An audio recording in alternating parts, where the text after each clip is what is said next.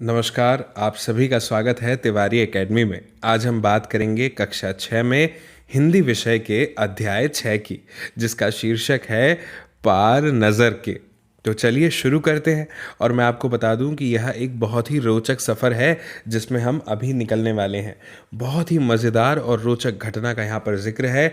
मैं पढ़ता हूँ, ध्यान से आप सुनिएगा, ठीक है ना। देखिए कितने अच्छे से लिखा हुआ है। वह एक सुरंग नुमा रास्ता था, यानी एक ऐसा रास्ता जिससे जैसे कि हम किसी सुरंग से गुजर रहे हो, है ना। और आगे लिखा है, आम आदमी के लिए इस रास्ते से होते हुए जाने की मनाही थी। यानी जो आम आदमी था वो इस रास्ते से नहीं जा सकता था, आपके मेरे जैसे लोग, है ना। लेकिन छोटू ने एक दिन अपने पापा का सिक्योरिटी पास लिया और जा पहुंचा सुरंग में। फिर क्या हुआ सोचिए। छोटू, कितनी बार कहा है तुमसे कि उस तरफ मत जाया करो, फिर पापा क्यों जाते हैं उस तरफ रोज रोज? पापा को काम पर जाना होता है। रोजाना यही बातचीत हुआ करती थी छोटू की माँ और छोटू के बीच में। उस तरफ एक सुरंगनुमा रास्ता था और छोटू के पापा इसी सुरंग से होते हुए काम पर जाया करते थे। अब आगे है कि आम आदमी के लिए इस रास्ते से जाने की मनाही थी। चंद चुनिंदा लोग ही इस सुरंगनुमा रास्ते का इस्तेमाल कर सकते थे और छोटू के पापा इन्हीं चुनिंदा लोगों में से एक थे जो इस रास्ते का इस्तेमाल किया करते थे। आज छुट्टी थी और छोटू के पापा घर पर ही आराम फरमा रहे थे। नज़र बचाकर चोरी छिपे छोटू ने पापा का सिक्योरिटी पास हथिया ही लिया और चल दिया सुरंग की तरफ। वैसे तो उनकी पूरी कॉलोनी ही जमीन के नीचे बसी थी। यह जो सुरंग नुमा रास्ता था, अंदर दिए जल रहे थे और प्रवेश करने से पहले एक बंद दरवाजे का सामना करना पड़ता था। दरवाजे में एक खांचा बना हुआ था। छोटू ने खांचे में काट डाला, तुरंत दरवाजा खुल गया। छोटू ने सुरंग में प्रवेश किया। अंदर वाले खांचे में सिक्योरिटी पास आ पहुंचा था। उसे उठा लिया। कार्ड उठाते ही दरवाजा बंद हुआ। छोटू ने चारों तरफ नजर दौड़ाई। सुरंग नुमा वह रास्ता ऊपर की तरफ जाता था, यानी जमीन के ऊपर का सफर कर आने का मौका मिल गया था। मगर कहाँ, मौका हाथ लगते ही फिसल गया। सुरंग में जगह जगह लगाए निरीक्षक यंत्रों की जानकारी छोटू को नहीं थी, मगर छोटू के प्रवेश करते ही पहले निरीक्षक यंत्र में संदेहास्पद स्थिति दर्शाने वाली हरकत हुई कि कुछ तो गड़बड़ है और इतने छोटे कद का व्यक्ति सुरंग में कैसे आया। दूसरे निरीक्षक यंत्र ने तुरंत छोटू की तस्वीर खींच ली।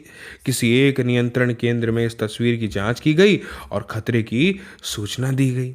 इन सारी गतिविधियों से अनजान छोटू आगे बढ़ रहा था। तभी जाने कहाँ से सिपाही दौड़ चले आए, छोटू को पकड़कर वापस घर छोड़ आए। घर पर माँ छोटू का इंतजार कर रही थी। बस अब छोटू की खैरियत न थी। छोटू के पापा न होते तो छोटू का बचना मुश्किल था। छोड़ो भी, मैं इसे समझा दूंगा सब, फिर वह ऐसी गलती कभी नहीं करेगा। पापा ने छोटू को बचा लिया। बोले, छोटू, मैं जहाँ काम करता हूँ ना, वह क्षेत्र जमीन से ऊपर है। आम आदमी वहाँ नहीं जा सकता क्योंकि वहाँ के माहौल में जी ही नहीं सकता। तो फिर आप कैसे जाते हैं वहाँ? छोटू का सवाल लाजमी भी था, है ना। मैं वहाँ एक ख़ास किस्म का स्पेस सूट पहन कर जाता हूँ। इस स्पेस सूट से मुझे ऑक्सीजन मिलता है जिससे मैं सांस ले सकता हूँ। इसी स्पेस सूट की वजह से बाहर की ठंड से मैं अपने आप को बचा सकता हूँ। खास किस्म के जूतों की वजह से ज़मीन के ऊपर मेरा चलना मुमकिन होता है। ज़मीन के ऊपर चलने फिरने के लिए हमें एक विशेष प्रकार का प्रशिक्षण दिया जाता है। छोटू सुन रहा था। पापा आगे बताने लगे, एक समय था जब अपने मंगल ग्रह पर सभी लोग ज़मीन के ऊपर ही रहते थे, बगैर किसी तरह के यंत्रों की मदद के, बगैर किसी खास किस्म की पोशाक के।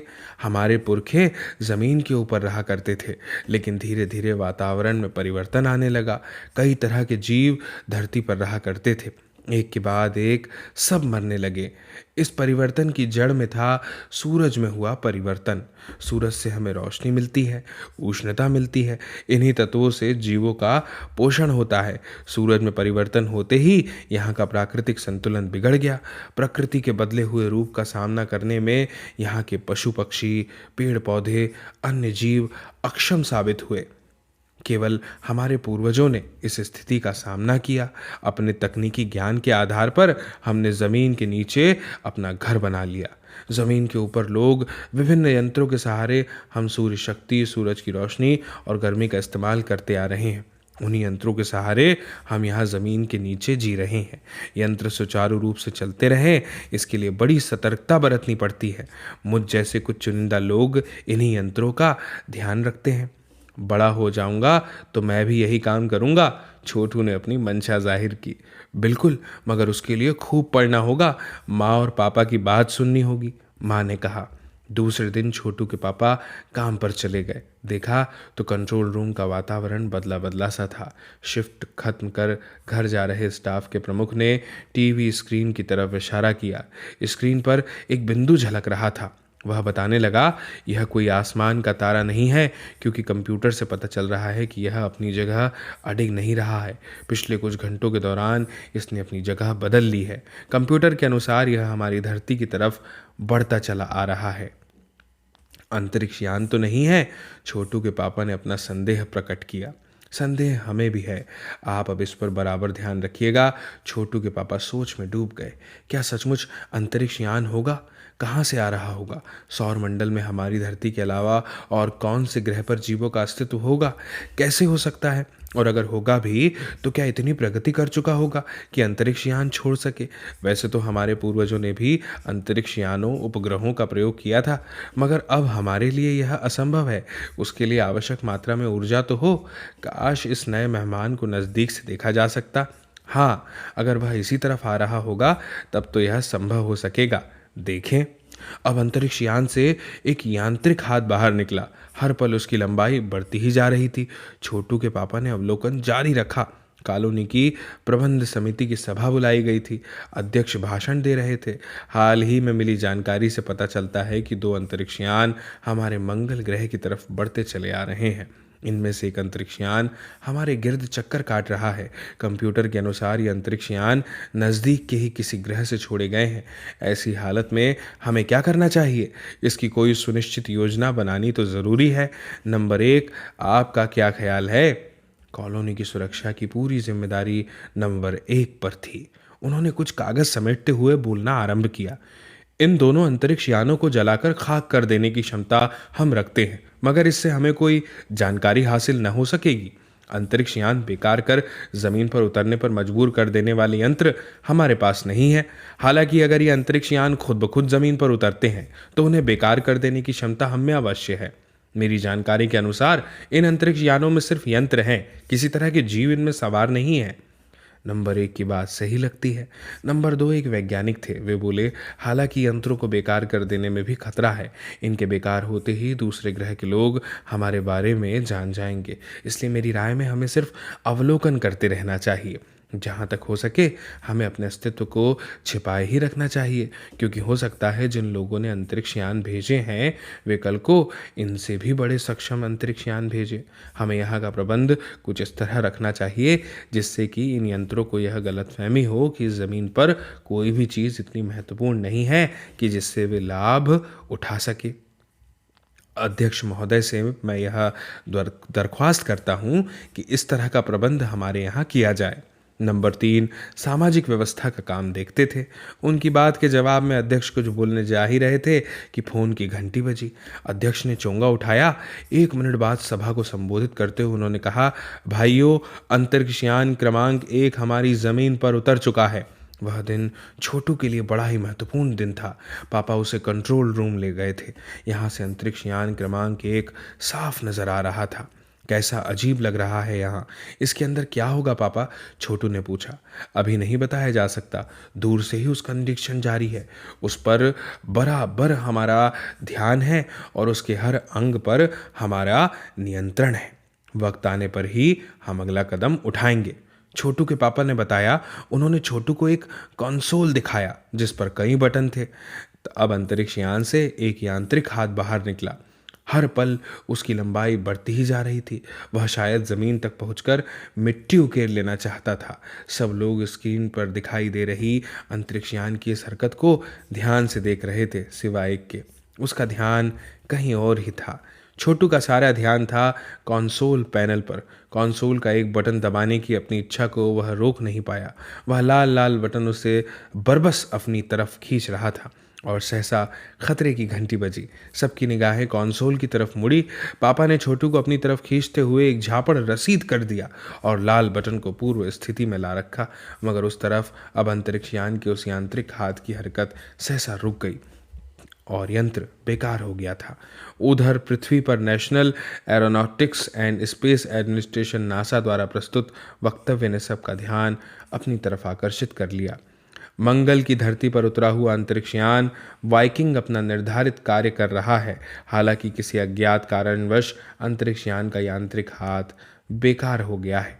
नासा के तकनीशियन इस बारे में जांच कर रहे हैं तथा इस यांत्रिक हाथ को दुरुस्त करने के प्रयास भी जारी हैं। इसी के कुछ ही दिनों बाद पृथ्वी के सभी प्रमुख अखबारों ने छापा, नासा के तकनीशियनों को रिमोट कंट्रोल के सहारे वाइकिंग को दुरुस्त करने में सफलता मिली है। यांत्रिक हाथ ने अब मंगल की मिट्टी के विभिन्न नमूने इकट्ठे करने का काम आरंभ कर दिया है। पृथ्वी के वैज्ञानिक मंगल की इस मिट्टी का अध्ययन करने के लिए बड़े उत्सुक थे। उन्हें उम्मीद थी कि इस मिट्टी के अध्ययन से इस बात का पता लगाया जा सकेगा कि क्या मंगल ग्रह पर भी पृथ्वी की तरह जीव सृष्टि का अस्तित्व है। यह प्रश्न आज भी एक रहस्य है। दोस्तों, यह रोचक कहानी जो है ये लिखी है जयंत विष्णु नार्लिकर ने। दरअसल यह मराठी में लिखी गई है और इसका अनुवाद किया है रेखा देशपांडे ने।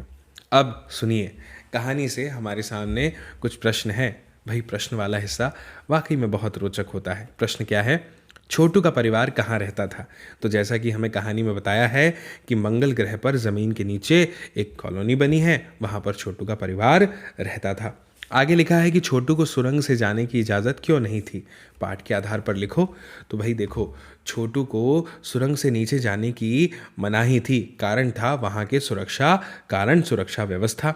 केवल वही व्यक्ति जा सकता था जिसके पास में क्या हो? सिक्योरिटी कार्ड हो, सिक्योरिटी पास हो। और छोटू के पास तो ऐसा कोई पास या गार्ड था नहीं, है ना? ठीक है। इसके बाद लिखा है कंट्रोल रूम में जाकर छोटू ने क्या देखा और वहाँ उसने क्या हरकत की? तो भाई, कंट्रोल रूम में जब छोटू गया तो उसने देखा कि एक बड़ा सा हाथ जो है नज़दीक आ रहा है और उसकी लंबाई बढ़ती जा रही है। और छोटू ने क्या किया? उसका जिस कंसोल पैनल पर ध्यान था वहाँ पर बहुत सारे बटन लगे हुए थे और छोटू एक बटन दबाना चाहता था, सो उसने उस लाल बटन को दबा दिया, है ना? यही किया उसने। फिर आगे है, इस कहानी के अनुसार मंगल ग्रह पर कभी आम जनजीवन था, वह सब नष्ट कैसे हो गया? इसे लिखो। ठीक है, तो देखिए, कहानी के अनुसार मंगल ग्रह पर आम जीवन तो था ही, है ना? लेकिन क्या हुआ कि धीरे धीरे वातावरण में परिवर्तन आ गया और फिर इस परिवर्तन के आने से क्या हुआ? धरती पर रहने वाले कई प्रकार के जो जीव थे, जो जंतु थे, पशु पक्षी शायद, वो एक के बाद एक मरने लग गए। और ऐसे परिवर्तन की वजह से क्या हुआ? सूर्य में परिवर्तन आ गया और यहाँ का प्राकृतिक संतुलन पूरी तरह से बिगड़ गया। फिर आगे लिखा है, कहानी में अंतरिक्ष यान को किसने भेजा था और क्यों भेजा था? तो कहानी में अंतरिक्ष यान को नासा के वैज्ञानिकों ने भेजा था, है ना? National aeronautics and space administration ने भेजा था, है ना? और इस यान का नाम क्या था? वाइकिंग था, है ना? यहाँ पर निरीक्षण करने के लिए, वहाँ की मिट्टी का अध्ययन करने के लिए उसे भेजा गया था मंगल का। फिर आगे लिखा है, कहानी में अंतरिक्ष यान को लिखा है नंबर 1, नंबर 2 और नंबर 3 अजनबी से निपटने के कौन से तरीके सुझाते हैं और क्यों, है ना? तो देखिए, नंबर 1 तो ऐसा कहता है कि इसमें सिर्फ यंत्र हैं, है ना, इस यान में, और इसको हम ख़त्म कर सकते हैं। और नंबर 2 जो है वो क्या कहते हैं कि अगर हम ख़त्म कर देंगे तो उन लोगों को जानकारी हो जाएगी कि यहाँ पर किसी का अस्तित्व है कि नहीं। तो इस तरह से जो है इन लोगों ने सुझाव दिए थे कि इसे बेकार नहीं करना चाहिए, हमें खाली अवलोकन करना चाहिए। फिर आगे एक सेक्शन है बच्चों जो कहानी से आगे के अंतर्गत आता है। इस सेक्शन में हमें कुछ जानकारी दी हुई है, कुछ प्रश्न हमसे पूछे गए हैं, है ना? क्या प्रश्न पूछे गए हैं? देखो, लिखा हुआ है, क्या लिखा है कि Dilip M Salvi, Jayant Vishnu Narlikar, Isaac Asimov और आर्थर क्लार्क। ऊपर दिए गए लेखकों की अंतरिक्ष संबंधी कहानियां इकट्ठी करके पढ़ो और एक दूसरे को सुनाओ। इन कहानियों में कल्पना क्या है और सच क्या है, इसे समझने की कोशिश करो। कुछ कहानियां ऐसी छाट कर निकालो जो आगे चलकर सच साबित हुई है। ठीक है, तो ये काम आप अपने विद्यालय में जो लाइब्रेरी है वहाँ से पुस्तकें छाट कर सकते हैं।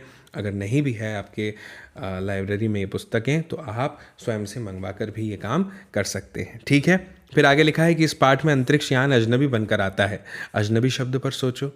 इंसान भी कई बार अजनबी माना जाता है, और कोई जगह या शहर भी। क्या तुम्हारी मुलाकात ऐसे किसी अजनबी से हुई है? नए स्कूल का पहला अनुभव कैसा था? क्या उसे भी अजनबी कहोगे? अगर हाँ, तो अजनबीपन दूर कैसे हुआ? इस पर सोचकर कुछ लिखो। तो ये काम भी आपको स्वयं से ही करना होगा। देखिए, भाषा की बात पे मैं आपको थोड़ी सी जानकारी दे देता हूँ। लिखा है वार्तालाप। ये जो शब्द है ना, ये वार्ता और आलाप के योग से यानी जोड़ कर के बना हुआ है। और यहाँ पर वार्ता के अंत का आ जो है और आलाप के आरंभ का जो आ है, ये मिलने से जो परिवर्तन हुआ है उसे संधि कहते हैं। संधि का मतलब होता है जोड़। ठीक है, तो नीचे लिखे कुछ शब्द हैं। अब इनमें किन शब्दों की संधि है ये हमें यहाँ पर बताना है। ठीक है, तो भाई ये जो है ये बड़ी सरलता से जो है बताया जा सकता है। ठीक है ना, जैसे मैं आपको बताता हूँ। यहाँ पर लिखा है शिष्टाचार, है ना, तो इसको हम कुछ इस तरह से लिखेंगे जैसे शिष्ट। ठीक है, और फिर धन का चिन्ह लगाएंगे क्योंकि जोड़कर बना है, और फिर लिखेंगे आचार। ध्यान दीजिए, मैंने आचार नहीं लिखा, आचार लिखा है ना। ठीक है, फिर क्या लिखा है? श्रद्धांजलि, है ना। तो इसको कैसे लिखेंगे? इसको ऐसे लिखेंगे, सबसे पहले तो श्रद्धा, ठीक है, फिर धन, और फिर लिखेंगे अंजलि, श्रद्धांजलि। ठीक है, इसके बाद में क्या लिखा है? दिनांक। इसको कैसे लिखेंगे? ध्यान दीजिएगा, इसको लिखेंगे दिन। दिनांक का मतलब दिन का अंक ही तो होता है ना, धन अंक। ठीक है, ऐसे लिखा जाएगा। इसके बाद में लिखा है कि उत्तरांचल, है ना, तो इसको कैसे लिखेंगे? देखो, इसको ऐसे लिखेंगे, सबसे पहले लिखेंगे उत्तर, धन, फिर इसके बाद में लिख देंगे अंचल, उत्तरांचल, है ना। ऐसे ही सूर्यास्त और ऐसे ही अल्पाहार को भी लिखेंगे, है ना। तो आप, मुझे उम्मीद है कि समझ गए होंगे। ठीक है, तो बच्चों, मुझे उम्मीद है कि आपको यह अध्याय जो है पूरी तरह से समझ में आया होगा, पसंद आया होगा, क्योंकि कल्पना पर आधारित बहुत ही ज़बरदस्त कहानी है यह, है ना। और आप इसे अपने दोस्तों के साथ ज़रूर साझा कीजिएगा ताकि वे भी देख पाएँ इस वीडियो को, है ना, समझ पाएँ इस अध्याय को। बाकी आपसे मेरी जल्दी मुलाकात होगी अगले नए अध्याय में, अगले नए वीडियो के साथ। तब तक के लिए आप सभी को मेरा नमस्कार।